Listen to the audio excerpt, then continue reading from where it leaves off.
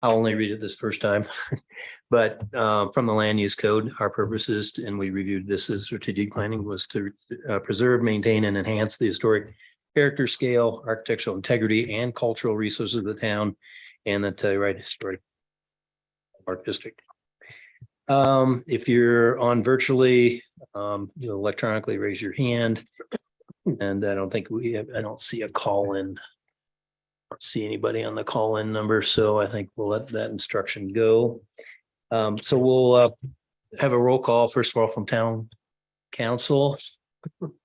I don't see anybody tonight. Staff, we have Piper, Jonna, Erica, Allie, and Ron and Phil. Yep. And we'll do our roll call. Kieran Kieran Lannon, Stacy Lake, Bob Mather, Andrew Williamson. and we have two remote. Christine Perpar. I don't see Matt yet. Oh, there he is. Yep, Matt's on. Matt Lee is also on virtual tonight, along with Christine. So, do we have any approval of the minutes from the HARC meeting of February 15th? I move to approve the HARC meeting minutes of February 15th, 2023 as written. I'll second. Okay. Kieran, yes. Stacy, yes. Mark, yes. Bob, yes. Matt? How do you vote? Think you can- Oh, Am I unmuted? I'm not sure if I'm unmuted. Okay, I'm unmuted. Yes. and Kieran and I were both at the HARC chair meeting dated February 17th, 2023. What I read reflected what happened at the meeting. Unless you have any objections, I'll move to approve the minutes as written. I mean, it didn't really reflect the emotional turmoil I had in talking to myself, but I suppose I shouldn't go. You did have a dual personality, Should I second that then? if you'd like. Yeah. I'm seconding. Okay, and Karen and I obviously are affirmative. And then the HARC retreat minutes dated February 27th. I think they were accurate. The only suggestion I had was Piper maybe adding the names of the three subcommittee members, just so it's part of the record. Bob, Matt, and Mark. Oh, okay. You mentioned it, that we formed a sub, but just, you could add that otherwise. As if that's okay with everybody, adding who's on the subcommittee, we'll vote. Or do we have a second? I'll second. Okay. Kieran, yes. Stacy, yes. Mark, yes, Bob, yes. and Matt. Matt, yes. Okay, thank you. Thank you all. Staff announcements, Jonna? Yeah, just a couple. Speaking of the HARC retreat, Mark asked that I leave a printed copy of the notes, the action notes for you this evening. I don't think these need approval, but if you see anything that is inconsistent with what we discussed, do let me know. And I also emailed these to you as well for your files. Anybody have any final comment on them as written? So I would just say one thing on the self-scoring. I always call these OFIs, opportunities for improvement. We rate ourselves significantly higher on the efficiency, respect, and consistency, and acknowledge some room for improvement on preservation. So that was the only one that was down. So again, thank everybody for their time, and subcommittee probably needs to get going. So I'm gonna mention that. So a reminder that next Thursday, March 23rd is our HARC Council Planning and Zoning Retreat. It'll be held here in this room from 9 a.m. till noon.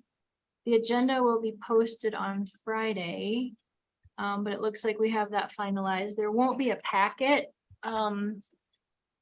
It'll just be more casual and formal, but we do have a list of items to discuss that will interest both P&Z and HARC. But one of the items that we added to the agenda was to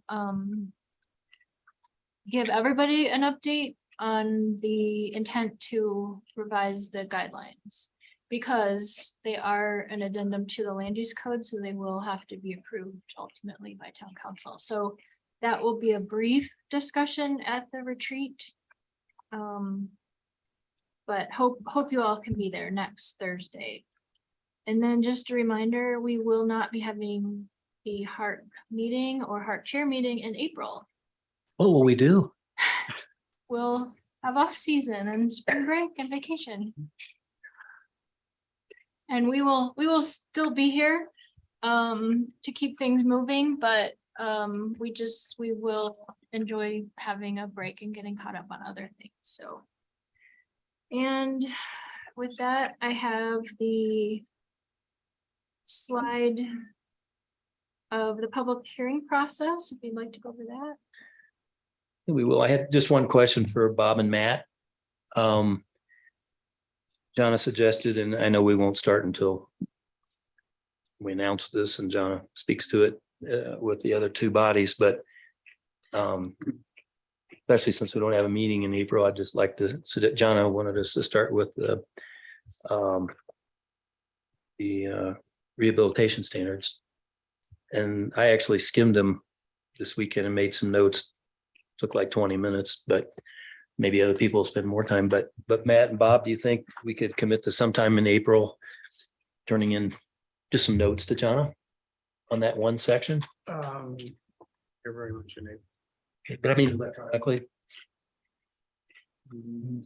Early in the month, possibly. Okay. Yeah.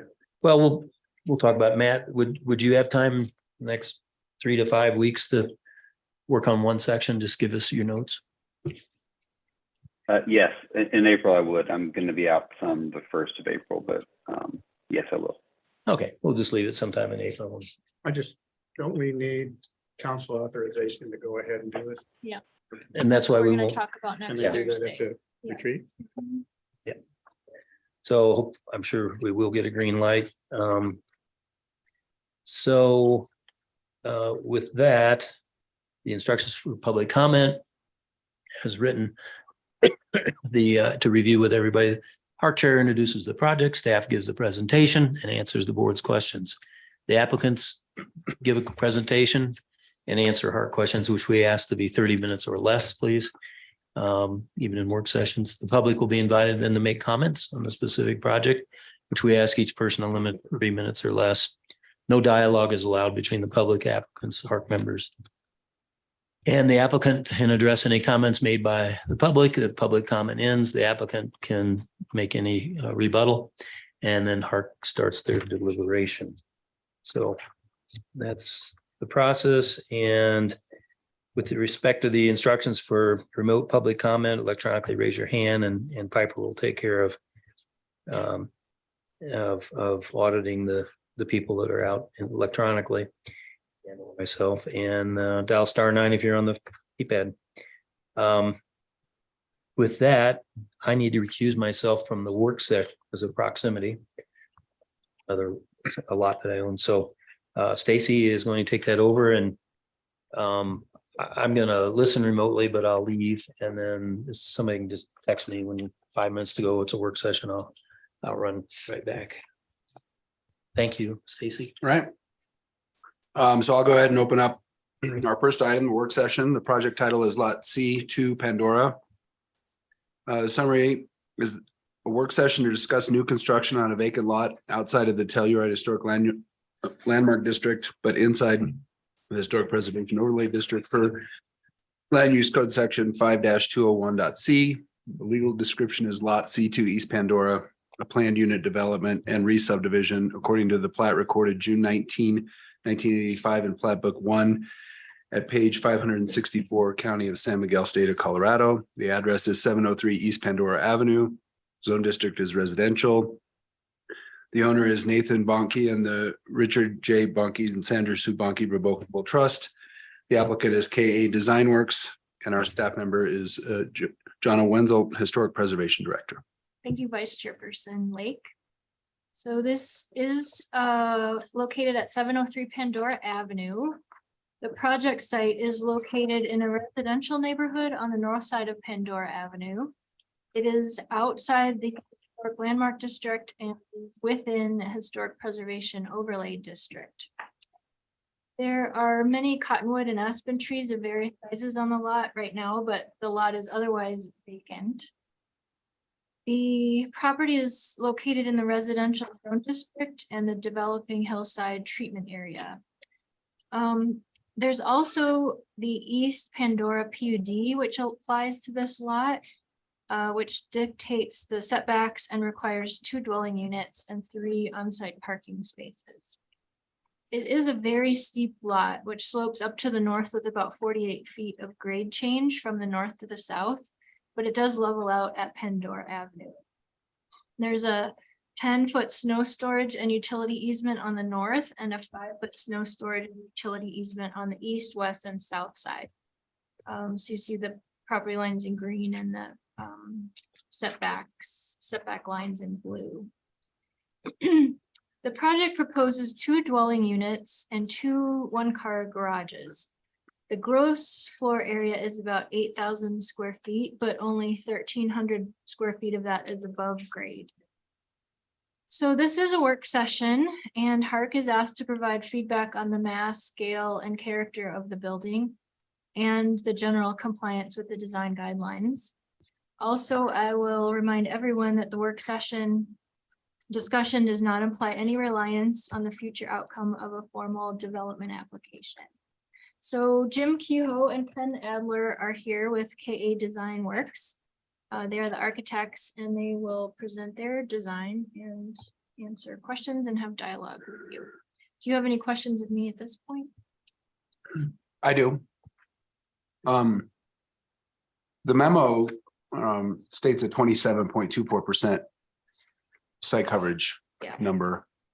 Yeah, and refers to a 34.29, which I think aligns with the LUC. There a PUD stipulation? So, yes, and Jim and I talked about this just before the meeting. The issue is that the PUD requires 3 on-site parking spaces. To get the maximum site coverage, all 3 parking spaces would have to be enclosed. So as it's presented, the project is land use code compliant, but not PUD compliant. Got it. But I feel it's compliant enough to proceed with the work session, and I know you'll give them valuable feedback that may change things anyway, so that's the discrepancy.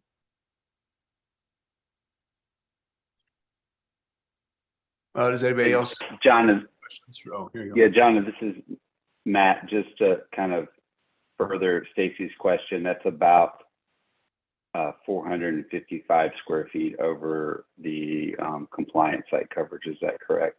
That's right. Thank you.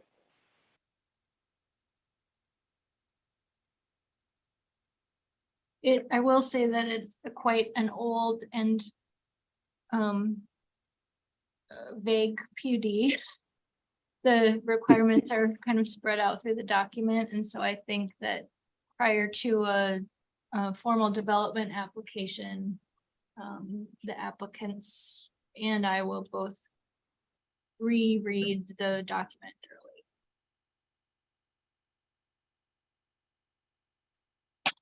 Okay, well, if nobody else has questions for staff, the applicant should proceed with their presentation.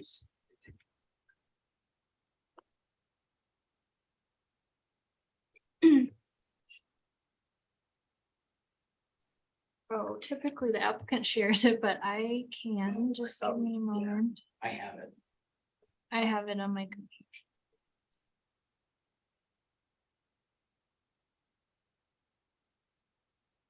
I have it here, Jim.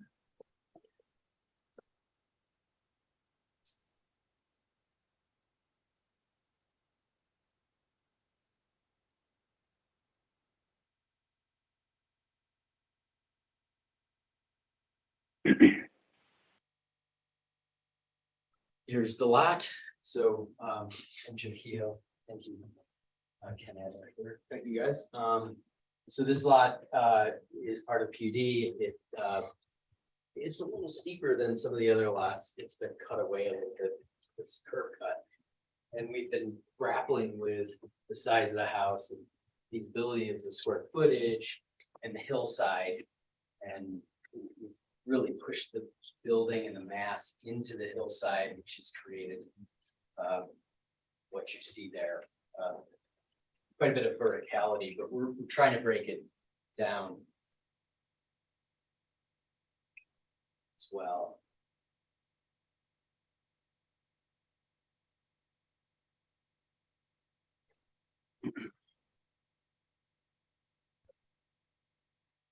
You can see, our building's quite a ways back, and we're preserving the front yard.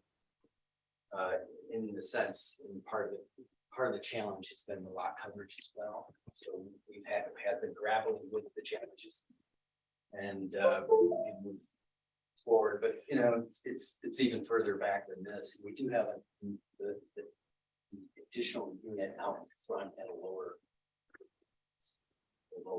Thank you. Lower height. You'll probably have to point it at her computer to be able to use it. If it will work. I don't think this is. If you're gonna present over here. You can try. We could switch to this. No, I don't have the USB in there. I'll just. switch Okay. things. It's fine. Thank you. So it's just the grading and the overlay, and you can see the setbacks and so forth. And we are entering the site here.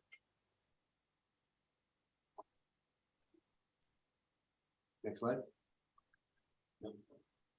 There that is again. This is the drone view. You can see the cut on the hill, the disturbance of the site that we're working with is historic. Forward. And you see disturbance there. This is the house. Yeah, the outside.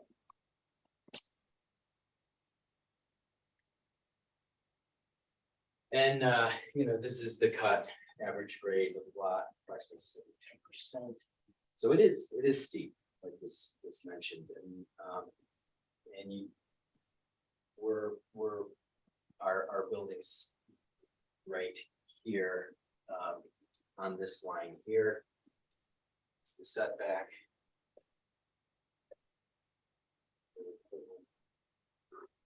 And there's our site coverage diagrammatically shown. I'm sorry, we need you to speak into the Oh. microphone so they. And then there you can see some of the differences in the houses next, the residences on the neighborhood lot and the cut that we're dealing with. In that it's a little exaggerated from the natural grade, but it is historic, so we're contending with it, and that I think is the brunt of our challenge is the square footage, the lot coverage, and then how steep this particular lot is. You can move again, and then there's just some pictures of the adjacent house, and you can. This is indicative of the location of our primary structure. It's quite a ways back, providing a fair amount of front yard space, open space, so to speak.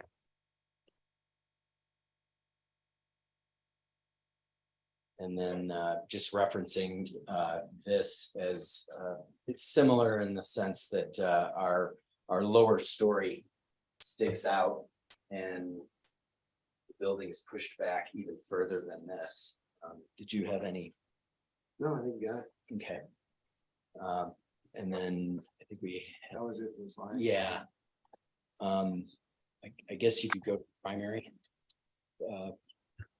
submission.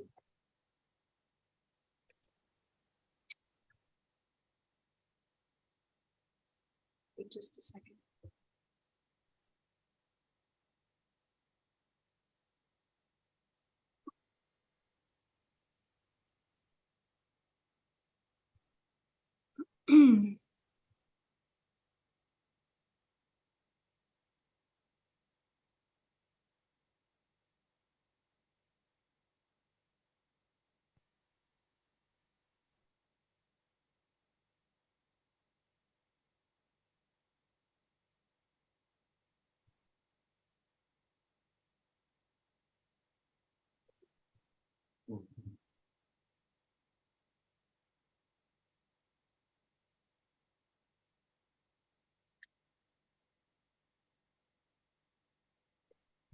You probably moved to the main floor plan, the first floor plan.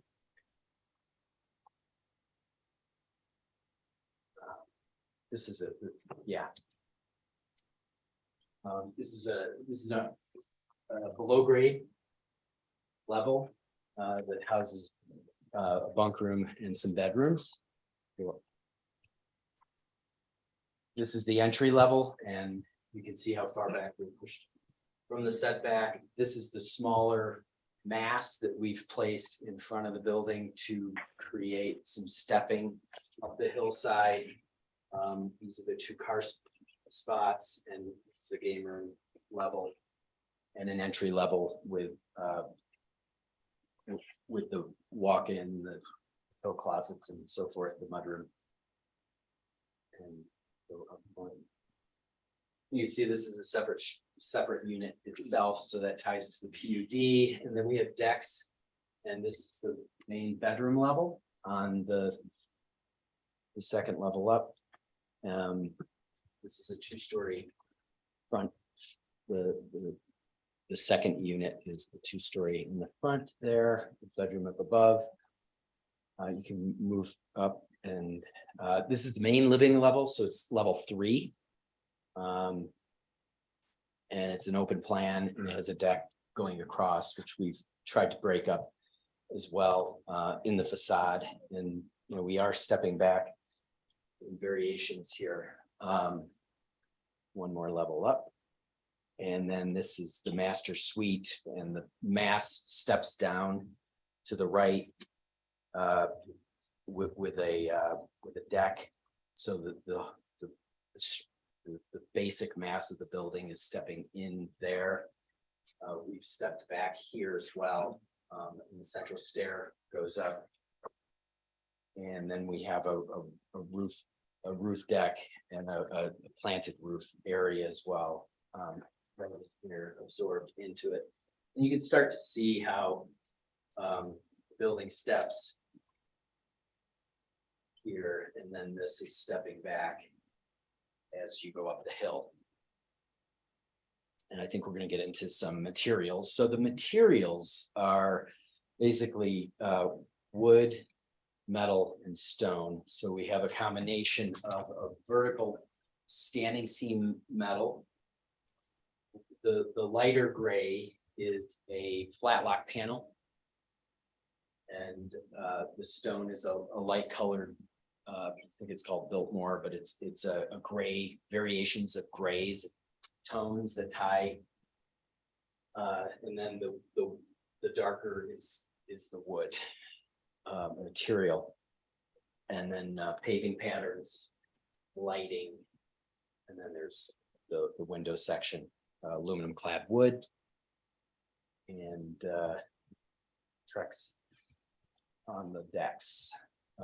We move forward. That's the hillside. That's the top floor. Another one, please. So here you can see how much of the building mass is in the hillside, buried. The second unit steps out, and then it steps up to the main living level here. And to get some views in both directions, we have the deck popping out from grade. And then the final level up here is the office and the master suite. And then there's a footpath and a stair that takes you up to a roof deck behind, which is positioned, you don't see it from town, but it's positioned behind that shed roof of the master. And this is the front facade. And this is the main living level, bedrooms, stair in the center, roof deck, garage, and then the front of the second unit is there to the right. And here's looking at the facade from the other direction, kind of up valley. You can see how the grade comes up, but we've got a retaining wall, and a lot of that front area is, tucked into that retaining wall. And the entry is as well. And we're using the stone on the base, and as you get up we're using the metal and the wood as it climbs up. You see the decks here. To the main living level and the master. And this is the just a exhibit of the height of the building. And from looking up valley.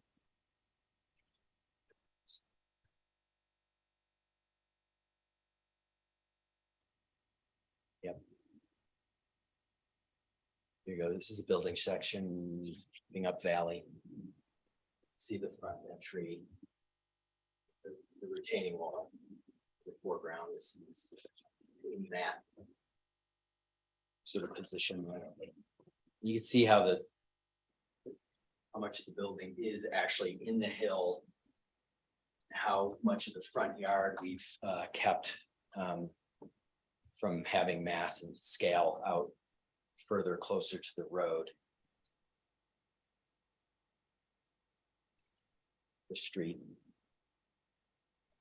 It's just a straight section through the building, looking back, and you can see again more sections describing the mass and the amount of building in the hillside. I think maybe if you could swing all the way back to the three-dimensional views to the aerials. It's like maybe we could leave it there and have a discussion. It was quite a ways back. It was the staff for the FAR stuff. What's it? 7.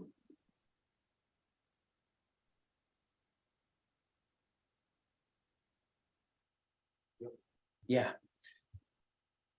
So now, after you've seen all the cuts and the floor plans, these are two aerials and two quasi street views. This is viewing down valley.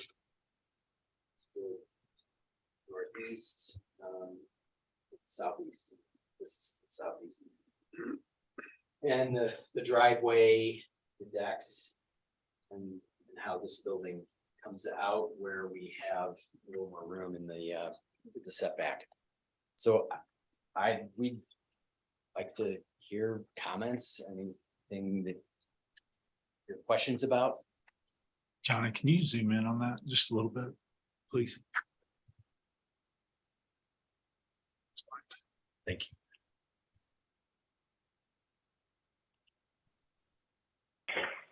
Andrew, do you want to start? Yeah, I mean, first thing that catches my eye with this is there's a lot of windows on the front, which is great for taking in the view. I think I would probably like to see a little bit of that be reduced. I think that's kind of pretty common for everything we've been dealing with in this area. I'd say particularly level 3 and 4. What's that? Particularly level 3 Okay, and 4. particularly level. Understood. Thank you. I need to get.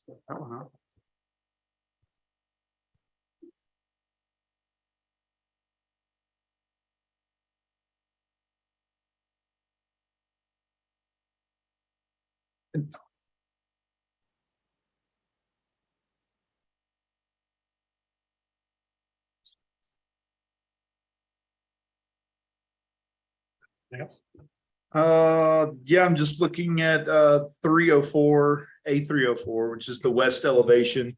And from the main residence, where the two decks are, and then you compare it with the east elevation, it seems like it steps down a little bit better to the pedestrian scale in the east versus the west.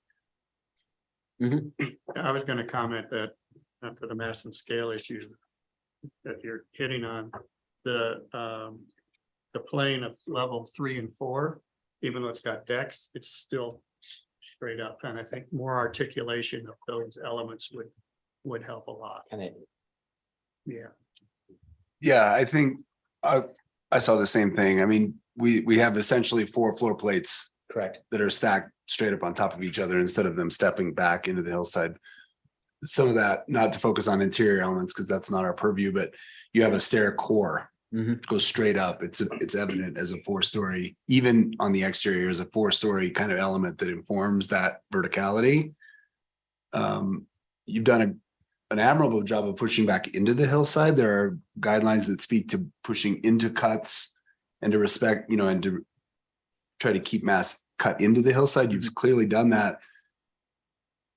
Awesome front yard, but I don't see a lot of stepping with the slope.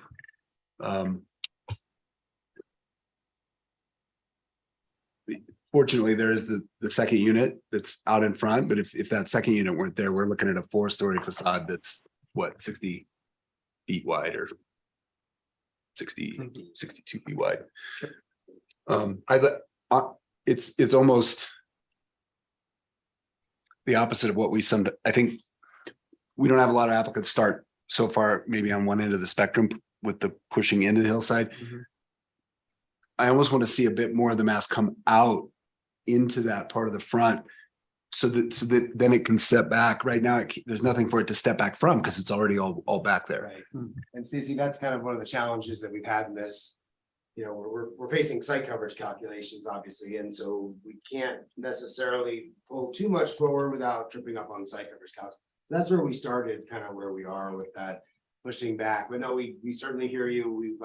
We actually would love to hear all these comments. We did kind of prepare another version where we looked at, some of the initial comments we got from the town and breaking down some of these masses a little bit and trying to provide a little bit more articulation while trying not to run afoul of the site coverage. So, but no, that's all very helpful. It's tricky. And, I know from other projects that my firm has done on these steep hillsides, the front elevation's a killer. Right. And so the side elevations that show that stepping with the topography are the ones that really are really helpful. And yours does do that. But, the interesting thing is in some of those side views, you don't even see level 1. You barely see level 2 because they're even pushed in from, which then leads to a retaining wall issue right on the side of the driveway. Whereas if that garage door were a bit more proud, that would reduce the retaining wall height. And I will tell you real quick with that retaining wall on the left side and that garage, we've had some conversations. So our owner owns the lot immediately to the left of this as well. And we both are kind of mirrors of each other where because of the way the road has been kind of carved out and artificially cut back the grade. We've had conversations about, and we actually did get through a certain level of schematics on that one too, but they decided 2 is too many at once. So let's start with 1, with a project of this scale.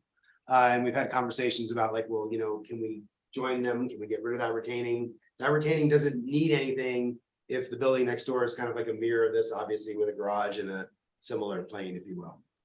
Yeah, And even pulling that out, as you mentioned. I'd just expound a little bit more on the retaining walls. I think you need to look at the heights, particularly the one on the east side, as well as that one, and the materials.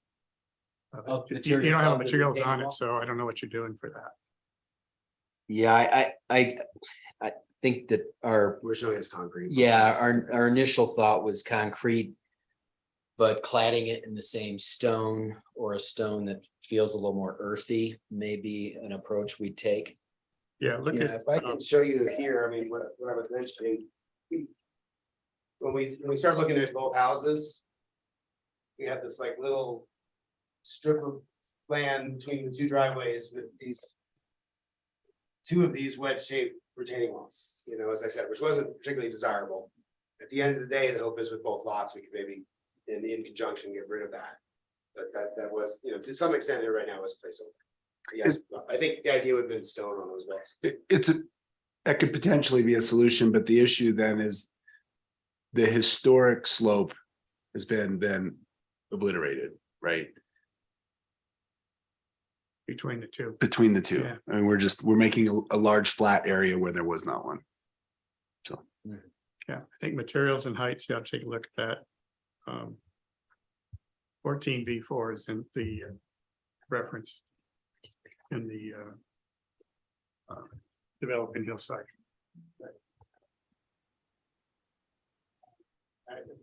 Are we done with that one? I think you got enough to kind of fuss with the design. of the Yeah. massive Scale and, We do have a few tweaks we'd like to present. Yeah, get your kind of. Can you do that? If you don't mind. Just reminding Matt and Chris are participating. Yeah, in yeah, Zoom. yeah. Yeah.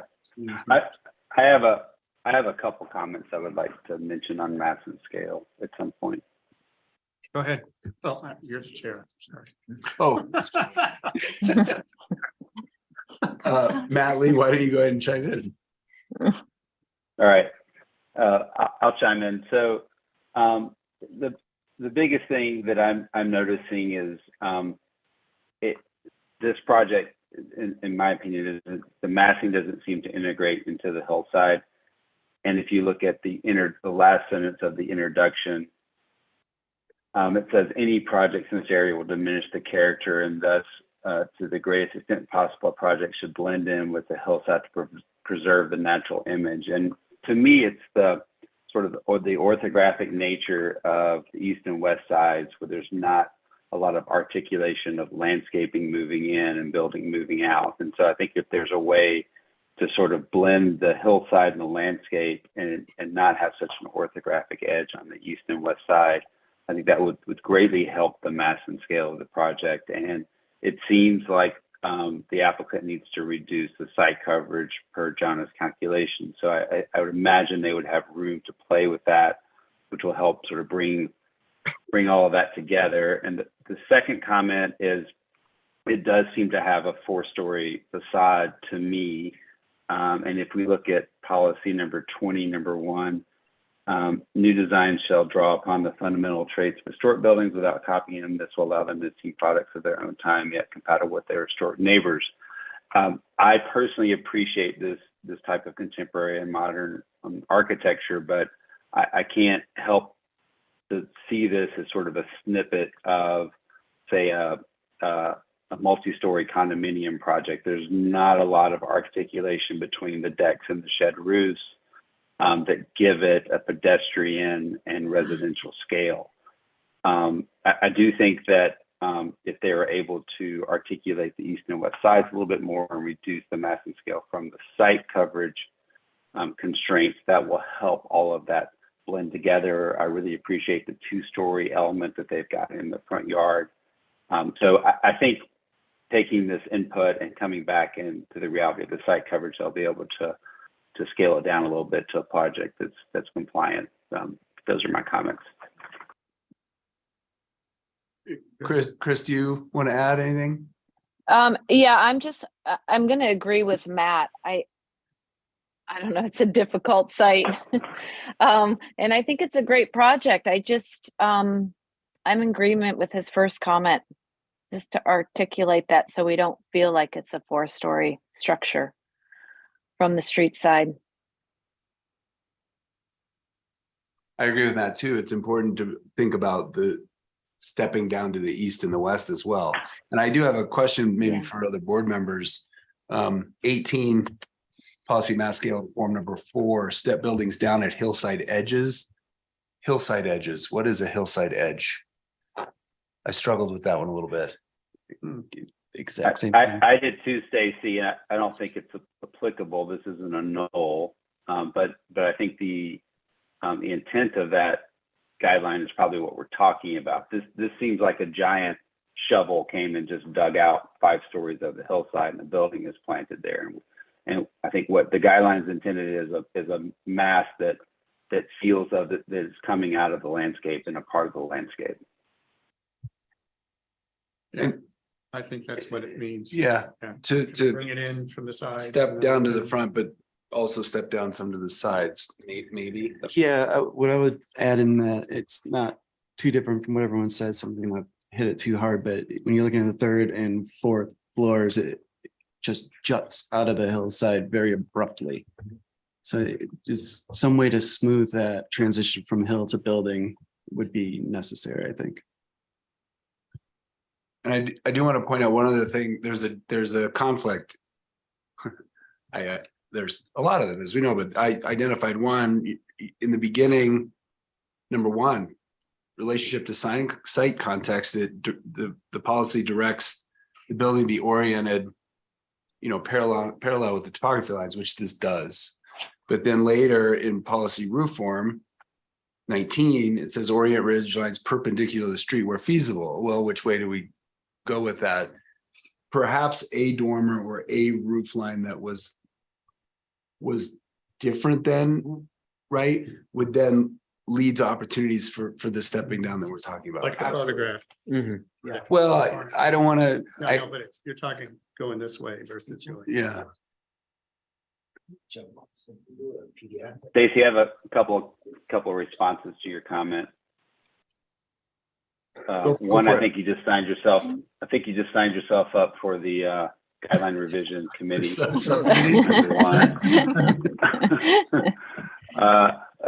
Number two, I agree with you, and I think I don't know if you guys see it as well, but the scale of these elements, which I appreciate, all seem very similar, and there's not a hierarchy to me in the scale of some of the elements of the roof and the window massings or groupings that give it a residential character.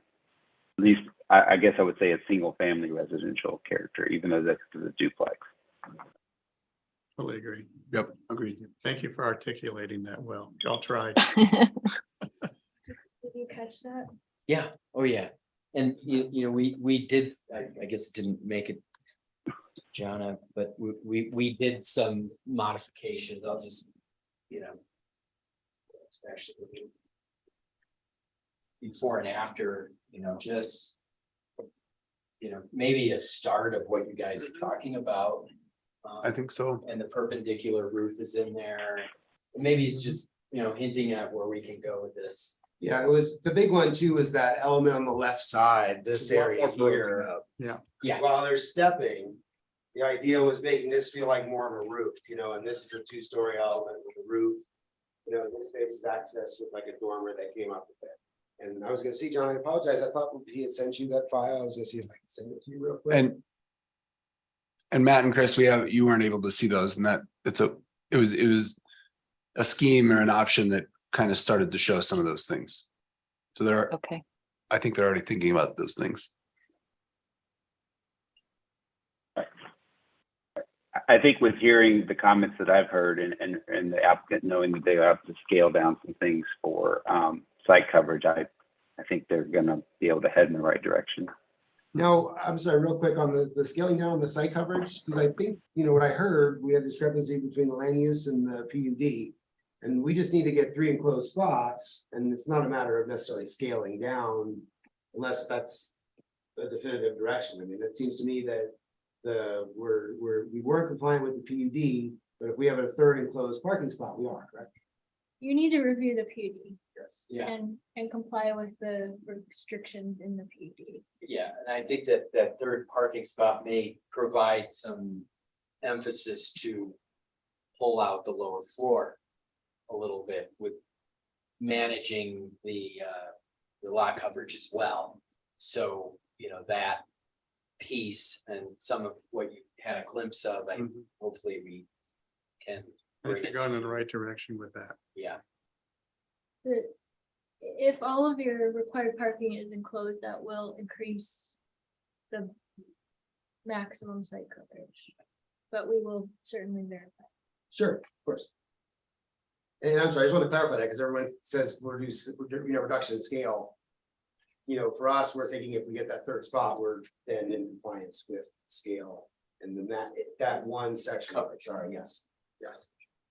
And not necessarily reducing site coverage, because my concern is, I feel like we've been looking at this for a year and a half now. It's gonna be really hard for us to especially get the articulation, where we want it without. It's gonna be hard for us to get the articulation and decrease the site coverage at the same time. So if we're obviously can get the 3rd bay, keep the site coverage where it is, and then focus on the articulation and get it to step back. That's the only concern. Yeah, I think we're all on the same page. Yeah, though, and that's always the exercise, the math problem, right? How do we maximize and still not provide 4-story facades?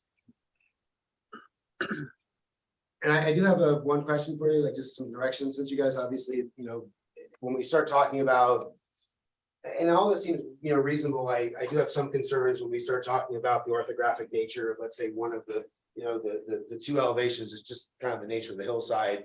See the other houses out, they have that. My concern, I guess, would be when we start working on pulling this in, I feel like we could certainly articulate it more on this side. Whereas on this side, my property line gets pushed so much back from the road, I don't really feel that there's gonna be a lot of latitude in the plan necessarily. And so I'm just curious, like when we start talking about that, if that's overall directive, you think it needs to be hammered from both sides, or if we're able to take it where we can and show you guys where we had issues, in it. And here, and as we showed you in the last one, I felt like this was a problem facade. We addressed this by, emphasizing this nature, the images that we showed you, as well as reducing the scale of this, bringing the roof down. Trying to articulate it there, as opposed to necessarily pulling the building off of the setback line. Yeah. If that makes sense. It does. Yeah, I think we're not gonna tell you, how to do it, but you know what we're looking for, and I think our concerns and have at it. Right. Sometimes the idea of a balloon is helpful, right? Yeah. The land use code tells you how big your balloon can be. We're asking you to push in one side. I think the tacit acknowledgement is that we expect that it will come out somewhere else. Like there's pushing and pulling here that can take place. Yeah. Have you received all the? No, I think it was good. Yeah. Any need clarity on anything? No, I think that was very helpful. Thank you. I have a few minor. Thanks, things. guys, for bringing Yep. this as a work session. Yeah. Work sessions are, Bob has a couple of other minor items he wants to get out. I didn't, from our drawings in black and white, we couldn't see what you're doing for the driveway, you're looking at for the grass pavers and thing, which I think really helps. I think that front area that you haven't touched, could use, since this was such a heavily treed area, that could use some more landscaping down there. The lawn, so to speak. Hmm? This lawn area, so to speak. Yeah, there's lawn up there, nobody has a lawn. Right, yeah. The building materials, I'm just looking at the silver metal that you'd see on the sides, and I'm wondering if we could do something that would blend in with the hillside a little better. That's a real harsh contrast Yeah. between the landscape and the side of the building. Talk about windows, bike storage and service areas, gotta deal with that in the next design. And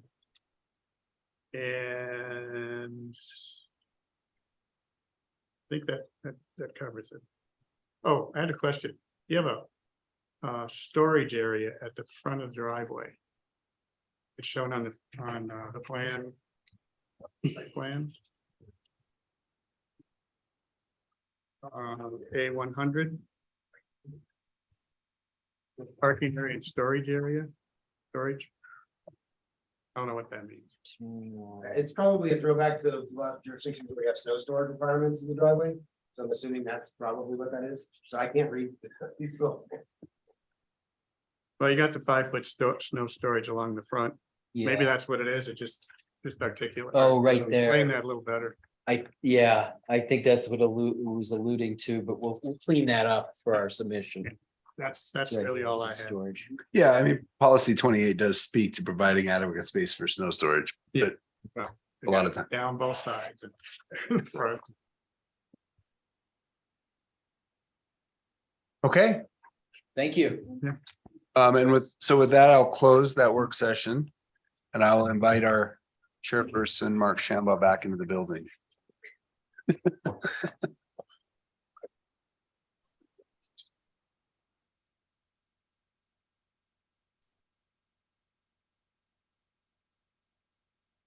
Thanks, Jim. Thanks, Ed. See you. Thank you. See you in Sedona, maybe. If you're done, you said it could be. We'll be down there. You know where the house is. No, but I'll text you. Okay. Yeah, I'd like you to see it. Okay, we'll move on to the review and recommendation item. The land use code amendment, a review and recommendation by HARC, the P and Z regarding amending the land use code Article 6, Division 8, temporary uses and structures. We've heard about this last month. Staff member Ron Quarles. Thank you, Chair Shambaugh and HARC commissioners. This is an application that you reviewed at your last meeting as a work session. We also took this application forward to, or not application at that time, but we took it forward to the Planning and Zoning Commission for their consideration in a work session. We've made some modifications to the language that we presented to you at the last meeting, so I'll just share that with you.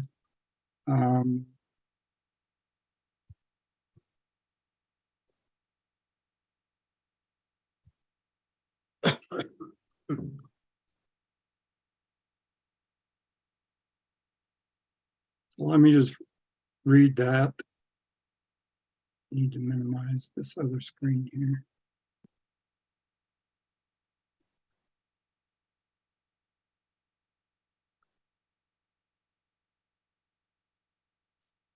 So I'll just read the language that we're proposing. Again, this addresses the not outdoor dining, but the areas that are additional dining that originally occurred at the time of the pandemic or the beginning of the pandemic.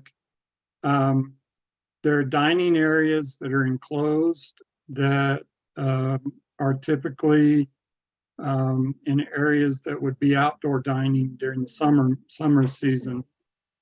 I've got two huskies behind me, so if they make noises, sorry about that.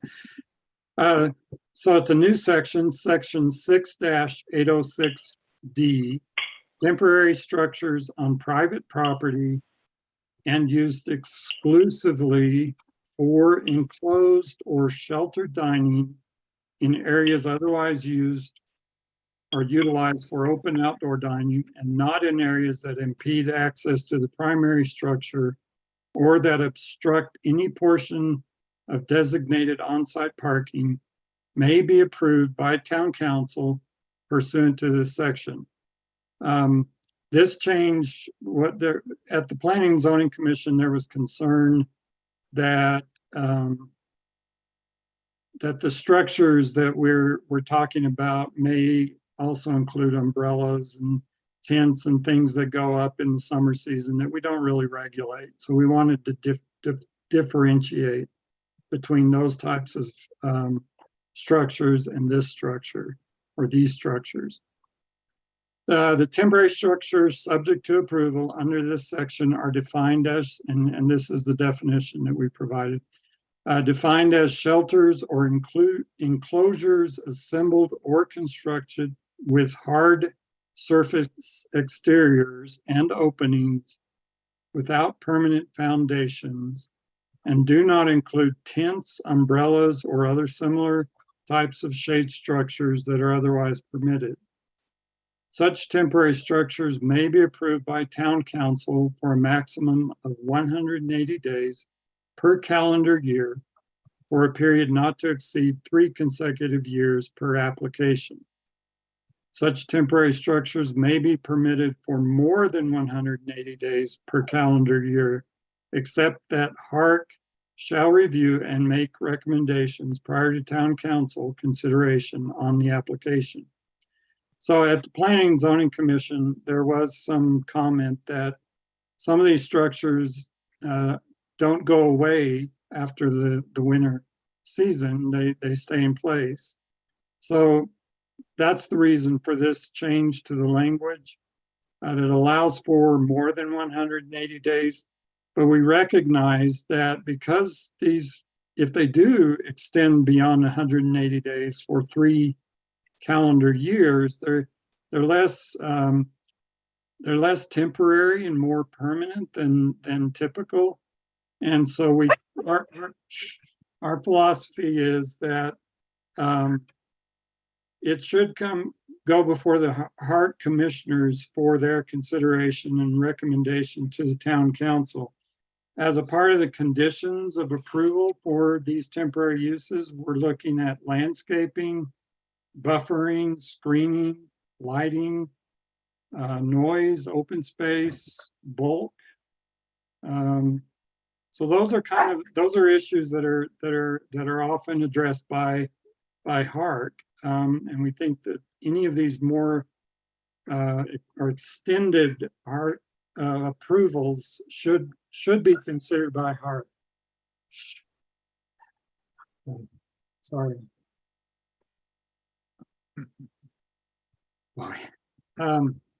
So the remaining language, nothing herein shall prevent the submittal of a new application upon the expiration of the 3-year approval period or other shorter period as specified in the approval. I'll leave this screen up. If you have any questions or concerns with regard to some of this language, then let me know, and we can address that. But that basically concludes my presentation. Be glad to answer any of your questions. Thank you, Ron. And I mean, it's the heart of it is the language that we voted for, and I'm glad P and Z saw it straight. But the 2 sentences that were added were relevant. I think they're needed. So, any other members have any comments? Okay, I think, Matt, any comment? I just said, I was going to say, I think it sounds good. I appreciate the update. You good, Chris? I'm good. Okay, who wants to make the review and the motion for the review and recommendation? I'll do it. Okay, There it is. I move to recommend P and Z approval. Excuse me, I'll start that again. I move to recommend to P and Z approval of the amendment to the land use code, Article 6, Land Use and Development Applications, Division 8, temporary uses and structures for the purpose of establishing new requirements for temporary structures for tiny and private property, with the language attached to the staff memorandum dated March 9th, 2023, and with the findings of the staff memorandum dated March 9th, 2023. This motion is based on evidence and testimony provided at a public hearing held on March 15th, 2023, with notice of such hearing provided as required by the Telluride Land Use Code. we have a second. I will second. Matt, Ha, beat you. Okay, Kieran, June, yes. Stacy, yes. Matt, yes. Mark, yes. Yes. You good? I don't have to do it. No. Yeah. No pressure. That's what that, yeah, Nope. there's no recusal here. Okay, thank you very much, Ron. We'll move to the public hearing items, for which we have 3. The third one will be continuation. But let's start with the first one. It's the Telluride Town Park subdivision. Consideration of a large-scale subdivision pursuant to Land Use Code, Article 6, Division 4, and Telluride Question 300 ordinance. Vacate town rights-of-way and remnant property lines and combine multiple parcels into one tract totaling 40.39 acres, all within the park. Legal description is the complete legal description, which is on file. Planning Department address is 500 East Colorado, Zone District Park, owner Town of Telluride, applicant Town of Telluride, and staff member Bill Taylor. Great.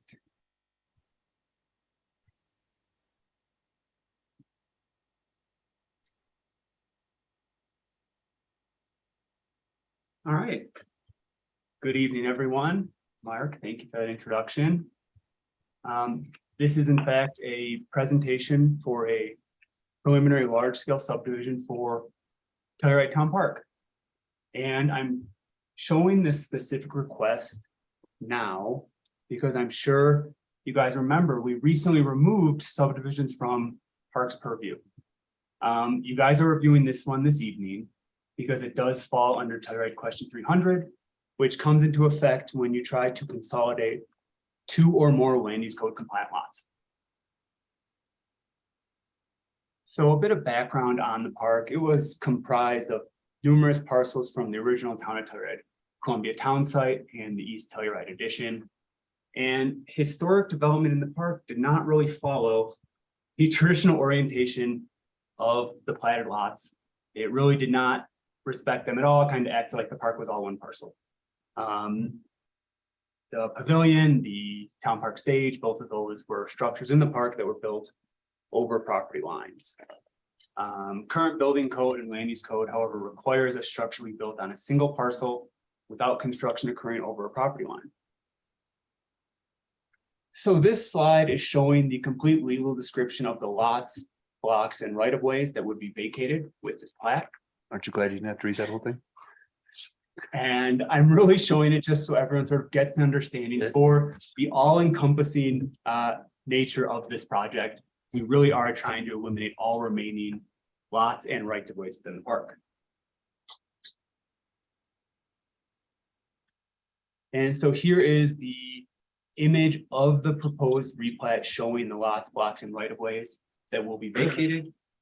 It's important to point out that right of way vacations in the park have occurred 3 times in the past. Sort of more of a piecemeal approach, vacating specific rights of ways for specific projects.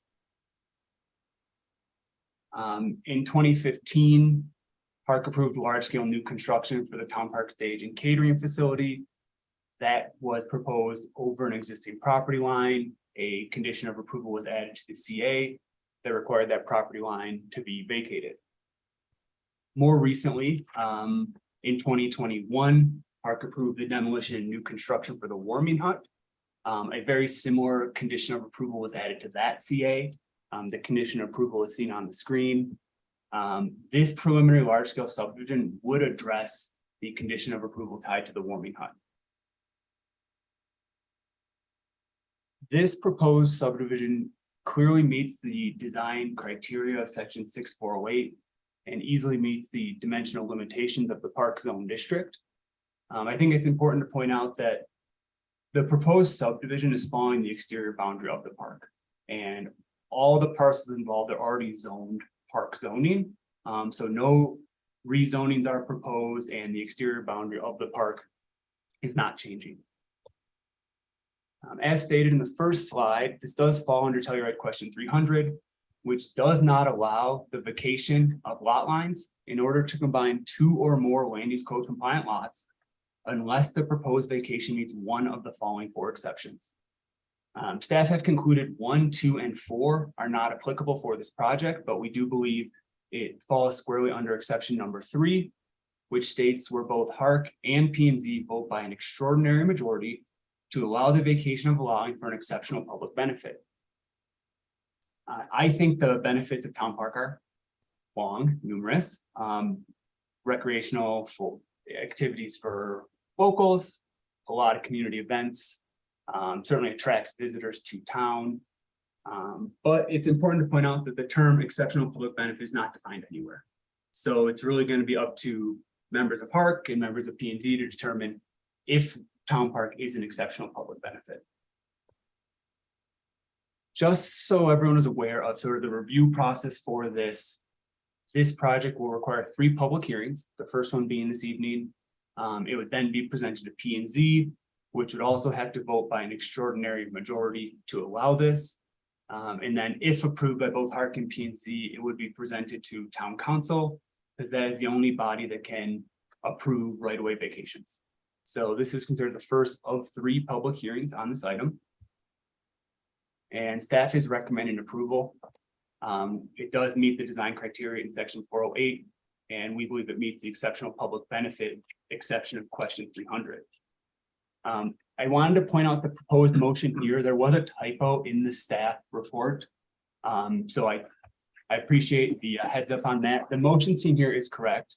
It falls under exception number 3, not exception number 2, which was in the staff report. And these are the conditions attached to that proposed motion. Pretty straightforward. If for whatever reason town council does not approve the right-of-way vacation, it would be remanded back. That concludes the presentation. Thank you. No questions? Phil, I just have a quick question. I think it's pretty clear that number 3 supersedes number 2. In the ballot 3, I mean, I don't know if it supersedes, but if 3 is, if you satisfy 3, then it's a moot point. Yes. But you had mentioned that there are structures that do straddle lot lines currently.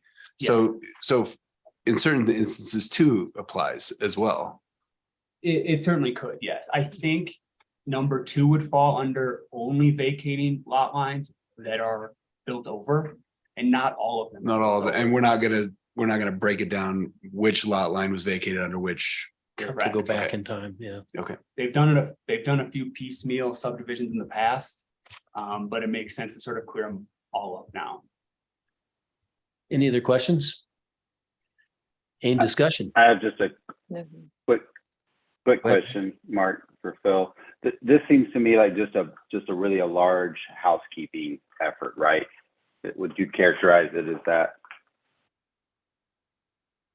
Well, I wouldn't characterize as housekeeping because that is the language used in exception number 2 for ballot question 300, but yes, it is seen as a housekeeping measure. Cleaning up the boundaries in Town Park, for sure. Right, just cleaning it up. It's long overdue, it seems like. Yes. Outstanding, Thank Dennis. you. Zoning's not changing, so common sense prevails. Are we ready? Who would like to? I would make a motion, but I don't have the language in front of me. So if someone else wants, we'll look you there. I can make the motion. I'll make a motion. I move to approve a preliminary large-scale subdivision to vacate remnant property lines in town rights of way and combine multiple lots and rights of way as indicated on the proposed replat into one 40.39 acre tract in the Park Zone District, with the findings set forth in the staff report dated March 1, 2023, with the following specific finding.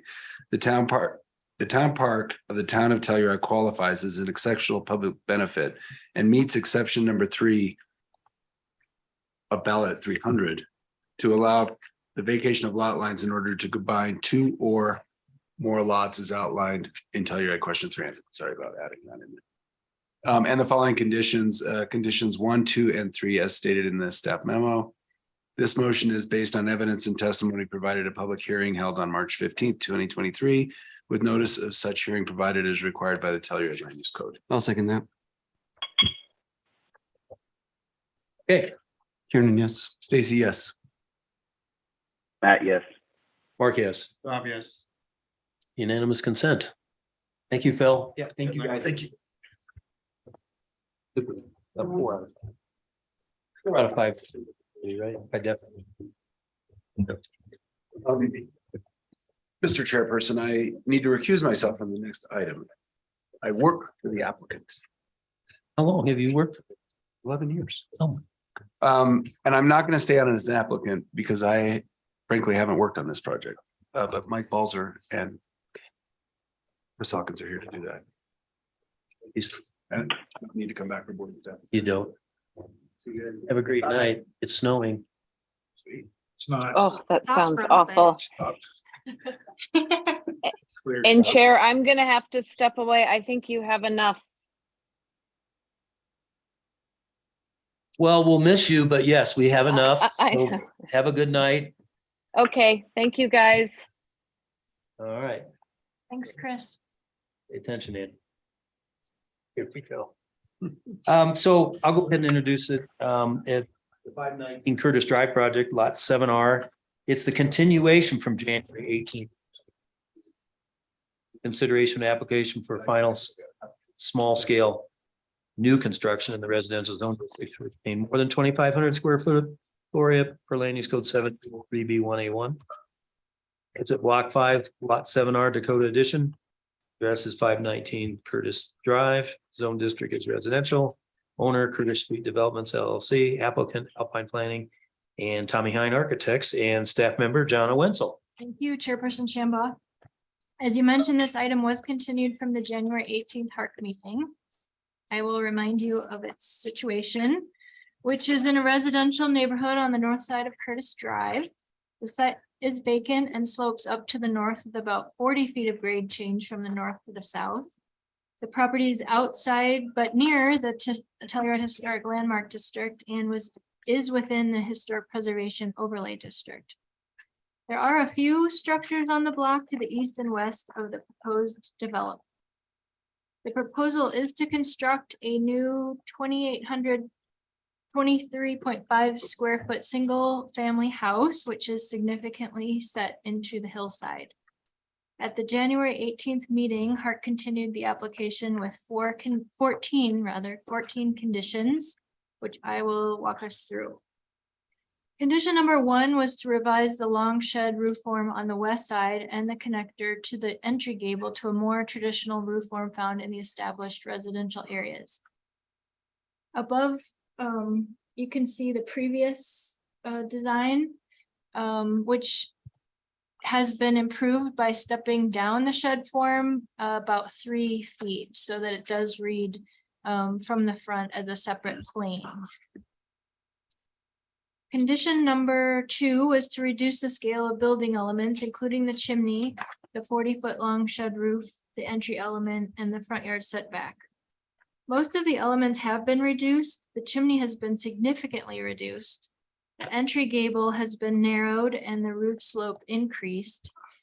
However, the raised front yard still extends to the east property line. If you can see my indicator, which if it were a yard would be appropriate, but because it's building, it's constructed, it's a wall, it doesn't appear to be appropriate in the side yard. Condition number 3 was to restudy the orientation of the primary gable. The primary gable has not been revised. The applicants addressed this in their revised narrative, but it does seem to provide the stepping down with a hillside that is desirable. We just kind of referred to this design guideline in the work session where gables perpendicular to the hillside increase mass and scale. So that is something for the board to wrestle with. Condition number 14 was to, or 4 rather, was to significantly reduce the amount of glazing at level 2, the south facade. The glazing on the south facade at level 2 has been reduced. It doesn't appear that it's been reduced significantly, so the board may wish to discuss and retain this condition. Condition number 5 was to step or terrace the grade to reduce the height of the retaining walls to no more than 4 feet. The grade has been revised to slope more naturally near the front of the house on both the east and the west sides. Condition number 6 was to remove the enclosed trash and bike storage area out of the required side yard setback. The trash and bike enclosure has been significantly reduced by removing the bike storage, and it has been made semi-transparent with perforated metal on the east and south side, so it would not count towards floor area or site coverage. Condition number 7 was to provide a planting schedule with the final CA plans, which they have agreed to do. Condition number 8 was to minimize the driveway paving. They have revised the driveway to heated drive strips as seen in this illustration. Condition number 9 was to coordinate improvements with Public Works prior to the issuance of a building permit to ensure that the driveway is compliant with town requirements. I've retained that condition in the proposed motion as a reminder that needs to happen at building permit.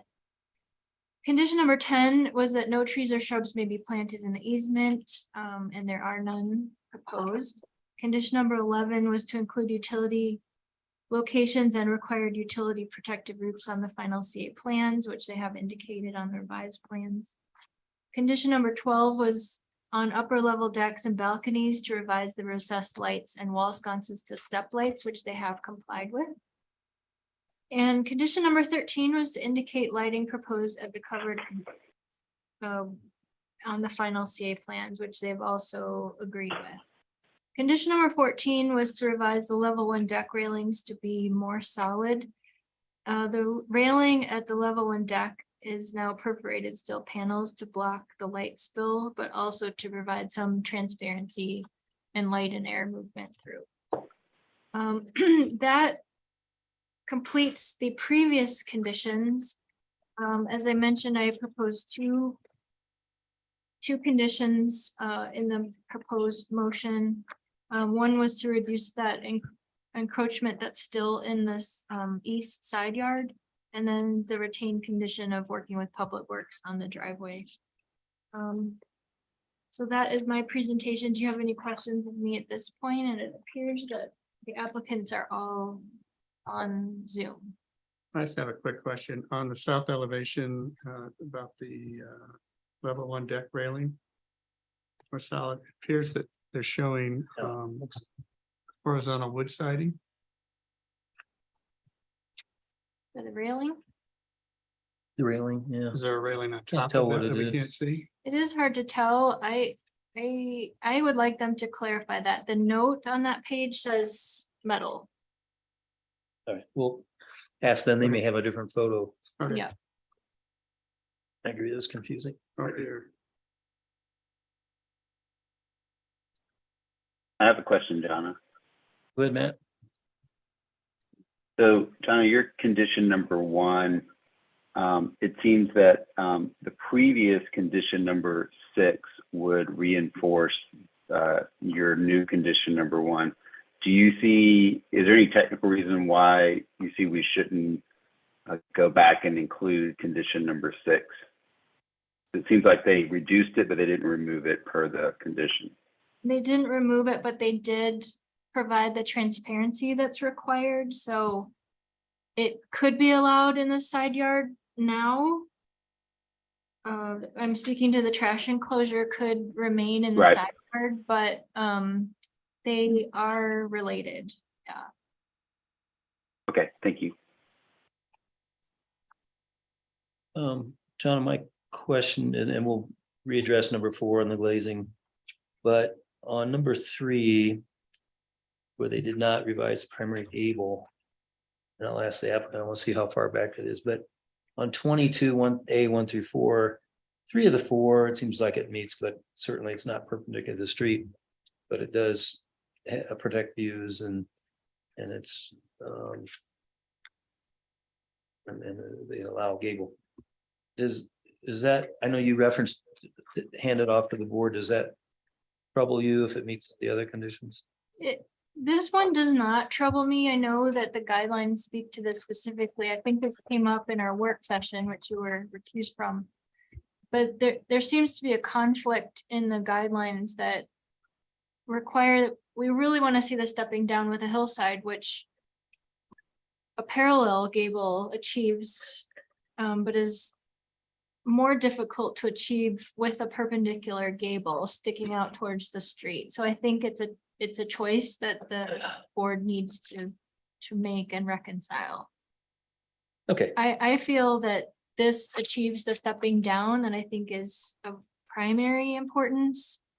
It's outside the historic district. There is an upper level gable dormer, which provides reference to a gable. And you all can decide if that's sufficient. okay, thank you. Any other questions for Jonna? Okay. So we'll hear from the applicants, please. You want to share your screen? Yes, thank you.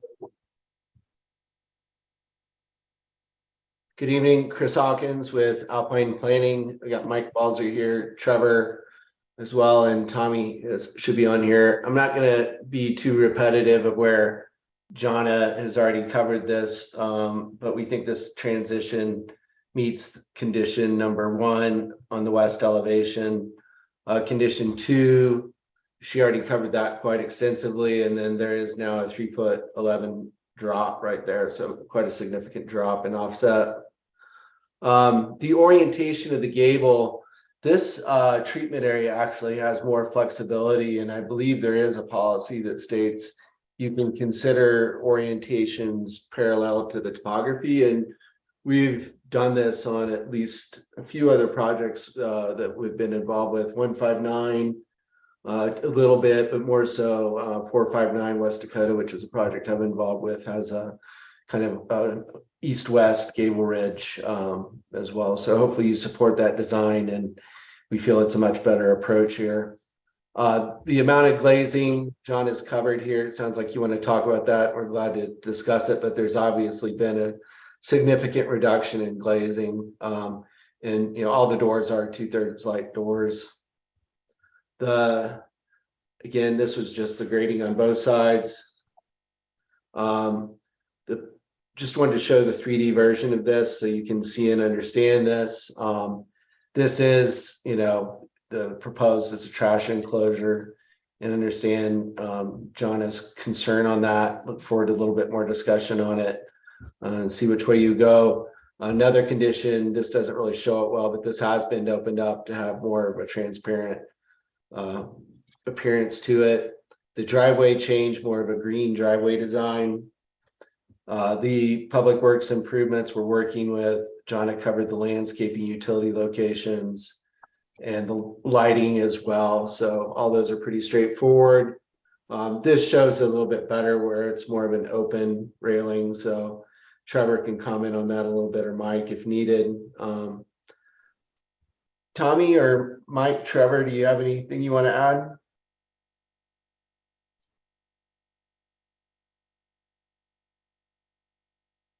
So, Can everyone hear me? This is Trevor. yes, thank you, Trevor. Okay, I'll speak to the railing. The condition is level 1 deck yard railing, which is that lower railing above that stone wall element. At that level. And that railing, I think, had been, it looks like it had gotten removed and not replaced. So it's missing from the elevation there. That's why it's hard to see. So, okay, we're glad to answer any questions you might have. Mark? Would you leave the south elevation up on the screen? That's fine. This one? You want the 3D? No, the two together. Okay, thank you. Before and after, yeah. There? There you go. Yeah, You've got volume on your device, which is why it's causing the feedback. I get it all the way down. I don't know what happened. Try it further. Chris, could you clarify what's meant to be? Is it an open sort of translucent metal guardrail? Yeah, Trevor, do you have something on your computer that you can share quickly for that intended design? Because I know there was some last minute back and forth on plan sets, and it's possible I just missed it or it didn't print right on this one. And I can also pull up the packet.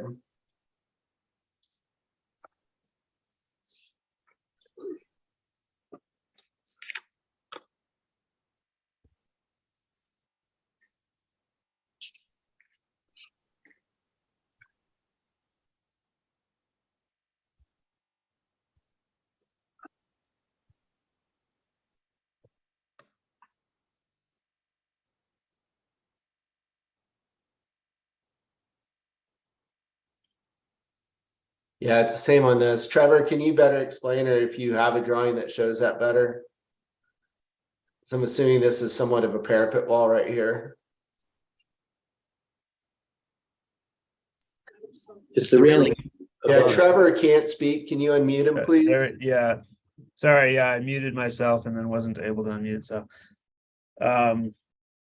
the railing actually didn't change in terms of its material. I think we clarified the composition of it. It's a solid panel, like metal perforated panel with the circular kind of punched, or I think even in our material sheet on A3.0, there should be an image. The intent There's is, a note there, Trevor, pointing to it. It's just not appearing on the drawing. oh, this is the Yeah, old this is drawing. one. Yeah, sorry. Okay, it's a steel railing with gaps in between. Let me see if I can. Correct. Yeah, Chris, if you can Yes. pull up A3.0. Okay. Hang on. Is there It's something on the else you material want to sheet. say, Chris? Yeah, on the back page.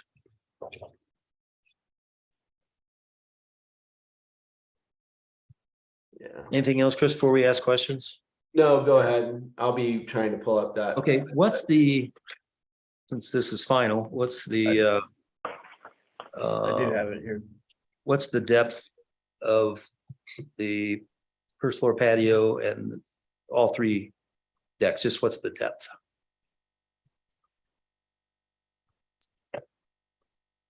Mike, can you scale that on your computer?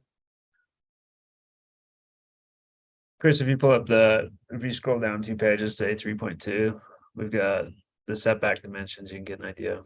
Okay, Yeah, that's- Hmm.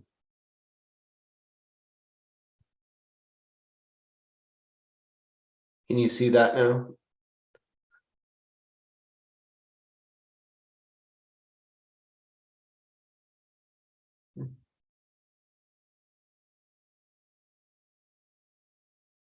Is Mike Balzer muted too? I have asked him to unmute. Okay. Hey, Mike, if you can answer Mark's question, it'd be very helpful. I can pull a dimension too as well. I've got the Okay. model. Yeah, I was thinking that Trevor has more accurate dimensions than I do. Okay. Yeah. So if we're talking about the level 2 deck, which is the one with the brown horizontal wood siding there, it's 10'6" from the wall of the enclosed space to the outside face of that railing. And the first floor patio, First floor patio stacks below that, so it's also 10'6". okay, and same on the top floor, Top floor is a little smaller. okay, that's okay, that answered my question. 6'6". And with respect to the glazing on our old number 4, which will have deliberation, but before we lose you.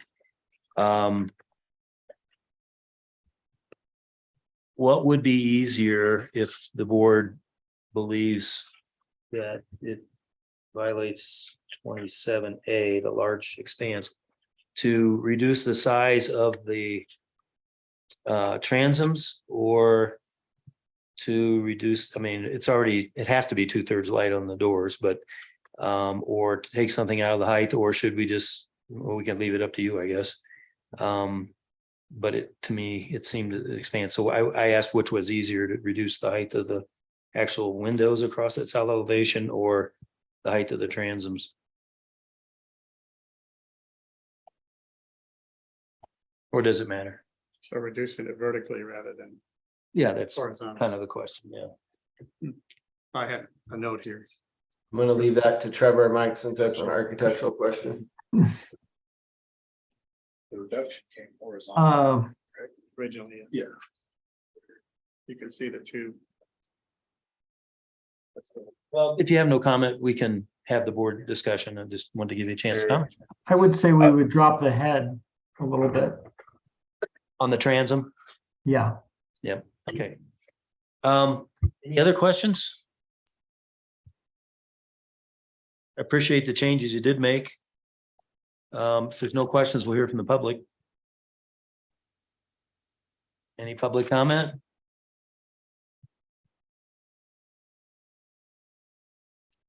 Seeing none. We'll have our deliberations. Jonna has 2 conditions. We've had some discussion of the south fenestration. And they made some other clarifications. Does anybody have any comments about 1, 2, and any additional ones? I'd like to start, Mark. And Matt's got his hand up. Go ahead, Matt. Matt, go ahead. I'll just fire off a couple of things. Honestly, my only concern with this project is the trash enclosure and the upper yard sort of extending to the side yard setback. It doesn't seem like that's in keeping with the intent of design guidelines and the land use code. I would suggest that we reinforce John's condition number 1 with the old condition number 6. Mark, I think maybe you were out on the last review, but the upper level gable, I think we had robust board discussion, and seemed that their approach to turning the gable parallel with the slope with the small gable that faces the street was appropriate for this particular design. And if the rest of the board members remember that differently, please speak up, but I think that was appropriate response to the site. In this particular design, with the way that the second level and the 4th level are inset with the glazing, I personally feel that the amount of glazing they have is appropriate for this particular site and this particular project. And I think that those are my comments. And on the trash enclosure, Matt, you were asking to restore it to have more perforated opening there? No, the trash enclosure just seems like it needs to be moved 3 feet to the west, like it's completely in the setback because it's completely integrated with the massing of the structure with it that holds up the sort of garden level on the second level that they have. I actually personally really love that massing, and I think it's very appropriate for this project, and it helps to integrate the site into the mass of the house. It just doesn't seem to be appropriate for that to extend into the setback and butt up against the property line. So if we do give them that direction, it'd be great if there are a way that they can take that same intent and incorporate it in other pieces of the project, because I think it's very successful architecturally. It just seems like it shouldn't be in the setback. Okay, thank you. Who else wants to weigh in? Well, Bob, you want to go ahead and do? Yeah, I think that's got a good point. We should take a look at that and see if there's a way to get that out of the setback. I also think I'm torn about the glazing. I think they did a significant reduction, but I just wonder if it's enough. I think the idea of maybe reducing the transoms would certainly help on the second level or third level, whatever that is. Okay. Other than that, I think it's. Andrew, then Kiernan? No, I mean, I'm in agreement with everything Matt said, and I'm kind of right in the middle on the whole fenestration. I do think they reduced it a significant amount, but I also see where they could improve it a little bit with the transom as well. But definitely I'm on the same page about the trash enclosure. Okay. Just step it back to the west a little bit. Yes. Yep. Okay, and Kiernan? Sure. Conditions 1 and 2, I think are appropriate, and I do think some reduction in glazing would be good. And the old 6, stepping back from the setback, the trash enclosure a little bit to the west, you're good with that? It wasn't something that had popped up to me, but if that's everyone else would like to do it. Matt, could you craft the language that you want on the stepping back the trash enclosure? Can I make a point of clarification? Oh, yes. Trash enclosures are allowed in setbacks. So the reason I did not write condition number 1 the way number 6 was written was because they have provided I think adequate transparency to identify that as a trash enclosure, which could be allowed in the setback. The reason why it was a condition previously was because it was entirely enclosed and it counted towards site coverage, and that cannot be in the setback. Now that it's a trash enclosure, it can be in the setback. However, I think the way Matt said it was that it still feels incorporated into the structure of the house. It doesn't read as a trash enclosure. That's why it feels like it's encroaching into the setback. Okay. So I want you to be careful about how you Yeah. say that condition. If it's regarding the trash enclosure, that needs to be kept in mind, that trash enclosures may be in the setback if they're transparent.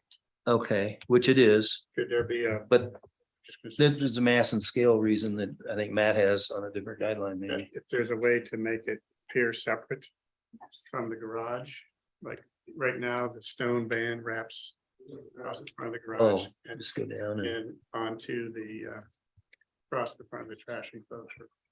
There's some level of separation between those two. Isn't that what the condition number 1 is calling for essentially? I'm sorry. I said, isn't that what condition number 1 is calling for essentially? if you reduce the encroachment of the raised yard, that should help with truss enclosure as well, I think. Matt, you kind of brought it up. Mark, can we, do you mind if we, I love your straw polls. Can we do a straw poll to see how the rest of the board feels? I personally really like the architecture. I think it helps the house integrate into the site. It feels a bit like cheating to me to put this mass in the setback up to the property line. But if everyone was on board, I think we could try to find a way of reinforce John's condition. And if not everyone feels that way, maybe we allow it. Well, I'll start off with straw poll. I mean, TH13 would have to be a different one, mass and scale, but I mean, I'm okay, even though it's allowed, but looking at it mass and scale wise, straight on, if you come in or from the street, if it came a foot off, I realize it doesn't have to be now that it's open. That was a pretty simple fix, just open it up and you don't have to move it. But I think it just feels like a lot of mass on that corner, although it matches the mass on the other corner. So you know what? I'm going to defer to the architects on this. I actually think massing wise, it helps the project out tremendously. And if the mass moved 3 feet to the setback line, it would diminish the architecture of the project. So that's why I'm a bit conflicted and would like to have, consensus on the board of what we would describe them to do. Okay, so we'll, obviously you've spoken your piece. We'll do a straw poll starting with Kiernan. Yeah, I'm not gonna make any kind of judgment on the architecture itself, but within the letter of the guidelines here, I believe that number one will make it more compliant, and I wouldn't necessarily go searching around for other guidelines. Well, it's legal now, since it's open to be in the setback. Yeah, but the concerns that were raised about having it look more or less integrated, or if it is integrated, moving it back, I think that's really something they're going to need to solve. Okay, so you're kind of, I would just leave leave one as is personally, but okay, and then which they might just make a minor change and that'd be it. But Bob and Andrew, reduce the encroachment of the raised yard into the setback, the raised yard. Is that what we're talking about? Yeah, I think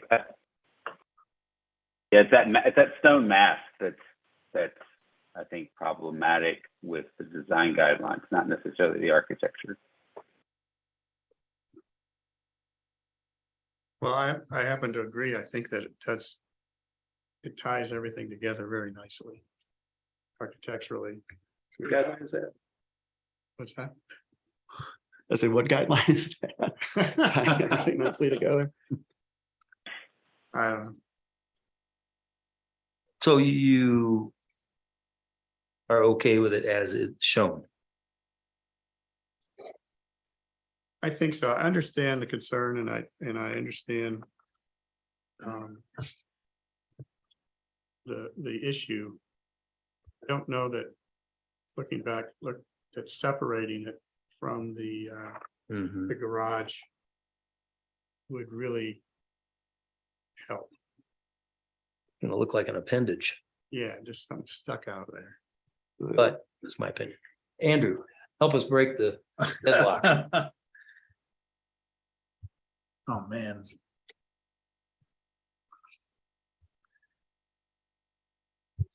This is difficult. I mean, you kind of stated it right there. If you pull it out here and put it anywhere else, it's really going to stick out, right? It blends in nicely.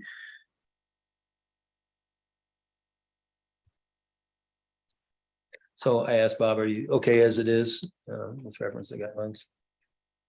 As it is, yeah. That's 2. Kieran wants to keep 1 in. Matt, where did you end up on this now? Sorry. Listen to what Kieran says. I think keeping John's condition is appropriate, and I think Mike and Tommy will hear what we have to say and come up with a way that maybe pulls the massing away from the property line, but then keeps the overall feel of the way that this plinth ties the project into the hillside. And I think ultimately this plinth helps reduce the mass and scale tremendously for this project. Well, I'll support that. yeah, what I was gonna say is, I mean, what condition number one is, it speaks to the issue. Right now, the trash enclosure is not the issue except for aesthetics. It's what's stacked on top of it essentially is the issue that cannot extend inside of the Of that whole east side thing. back. West. Yeah, maybe. That is a way of solving it, but that's also getting dangerously close to designing it ourselves. If the applicant feels like it's appropriate, I think they can do that, but. I think we're looking for a good faith effort. So Matt, are you okay with the language on one then, so we can end this straw poll? Yep, Okay. absolutely. And I would like to suggest, I think we had 3 people that supported a reduction of fenestration, and even though they made the doors 2/3 light, which they needed to do anyway, I think these transoms should be reduced in size. I think it would help. And clearly, although it's not dimensional advice, it talks about avoiding large expanses in that guideline, the old number 4. And I think it's just a little heavy. So, and I think the applicants seem to be receptive to addressing that. But then they'd have to be on the south and east side. Mark, Yes, Matt. Mark, can I jump in just to, Yeah. I do kind of feel strongly that this is a good balance of glazing. And if I reference policy 29, the first sentence, for reasons of solar gain and views, it is expected that the building facades and elevations are proportionally more glass than seen traditionally in the historic core. And I do want to point out, if you guys look at the 3D view on the cover sheet, the second level is tremendously inset with the massing and also is the 4th level. So this, in my read of this building, this is kind of the only kind of present glazing on the project, and it does seem appropriate. So just want to emphasize that, but that's all I'll say about it. Say that again. You thought it was the only what type of glazing on the project? It's the only really present glazing because of how far inset. I mean, if you're walking down the street, you're not going to see that second level glazing. And I'm not even sure if you'll see the 3rd level glazing. And just because of this position in town and the tall trees and landscaping that are close to the creek, I don't think the light spill into town is going to be tremendous. So I know Tommy likes to put a lot of glazing in his projects, but this one seems appropriate. Okay, well, we had it as a condition number 4 before significantly, and they went to 2/3 light. Sounds like straw poll. Myself and Bob, I think Kiernan suggested some reduction of glazing. We're not being prescriptive. And I think the applicants seem receptive to maybe taking some of it out of the At the, transoms. I guess they call it the 0, 1, 2, level 2. Yeah, it's, well, that's, yeah. Yeah, I think they still could do a little bit more there. Level 2, but Matt, made a good point that it's recessed, I think was the big point. And it is 10'6" deep deck, and then the overhang, but Andrew, where did you come? I can't remember what you said about reduced. Well, initially I said I was kind of in the middle on this. Oh, yeah. Where I did think that they had reduced it significantly and that it's kind of compliant. But could they do more? Sure, they can. But is it, I mean, kind of like what Matt said, like the area that this is in, with the trees down on the creek, is this like a really large light spill? Like, how much difference is it going to make if they reduce this? I mean, what are you thinking? Like, I think what I was thinking was language to just say further reduce the fenestration on the south side and let them deal with it. I don't think we're looking for major surgery. right. And I understand Matt's point about being set back, but I think there's 3, Kieran, Mark, Bob, that would appreciate compliance to the TH20, or that just says expanses of glass. But so that's 3. So I think we should try to make a motion. Kieran, you want to make a motion? Then Matt could. Well, I guess we've all agreed on language on 1 and 2. And then it's just I think we three. just move forward the motion. Yeah. You know, I can do it for sure. Okay. Yeah. I move to approve the proposed final scale new construction at 519 Curtis Drive, Block 5, Lot 7R, Dakota Edition. Based on the findings of the staff memo dated March 15th, 2023, and with the following conditions, 1 and 2 as stated. And then number 3, further reduce the glazing on the south facade per TH 27A, TH 27C, ES 3.8.3. This motion is based on evidence and testimony provided at a public hearing held on March 15, 2023, with notice of such hearing provided as required by the Telluride Land Use Code. Revised plans incorporating the conditions of approval shall be submitted within 60 days of this approval, or this approval becomes null and void. Unless otherwise indicated, the revised drawings submitted for certificate of appropriateness must be a complete set with any changes to the drawings cloud and labeled. Any change to the drawings beyond the conditions of approval may result in more than one submittal being required. I'll second that. Thank you. Matt will second. I think Bob got me. You did. It's hard to be first on virtual. It is. But hey, I would offer just a friendly clarification on condition number 3 for your consideration. When we said the south side, should we say south side, second floor? I would be okay with that, sure. Just to clarify, it wasn't all the south side. South side, second floor added to his language. So now we should, and the whoever seconded that, you said, okay, Oh, okay. okay. So Kieran, we're ready. Kieran, yes. Matt, yes. Mark, yes. Bob, yes. Andrew, yes. Okay, very good. We have to read into the continuation on number Thank you. 3. Thanks, Chris. Thanks, On Chris. number 3, the applicants requested this be continued to May 17th.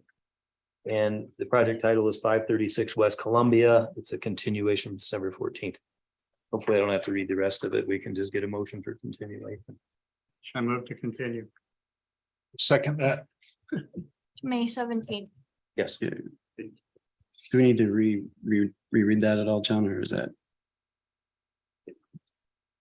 Please restate the motion in a complete sentence. Thank you. Do you want me? Who made it? That Bob made it, so. The you should- the motion, okay, just say the motion to, just read that. Continue the meeting to. Makes, I without mean, discussion. he's reading what it says. All right. So there's a motion. You just gonna make the motion, right? Make a motion to continue the project to the May 17th, 2023 HARC meeting. Project is 536 West Columbia, continued from December 14th, 2022 HARC meeting. Good. Rest as stated. I second that motion. Okay. How are you? Kieran, yes. Matt, Matt, yes. Matt, yes. Mark, yes. Bob, yes. Andrew, yes. Any other discussion before we adjourn by unanimous consent? Hope. So we will adjourn at 7:18. Thank you all. Thanks for joining us virtually, Matt. See you guys. Thanks, Matt. Thanks, everybody. Bye.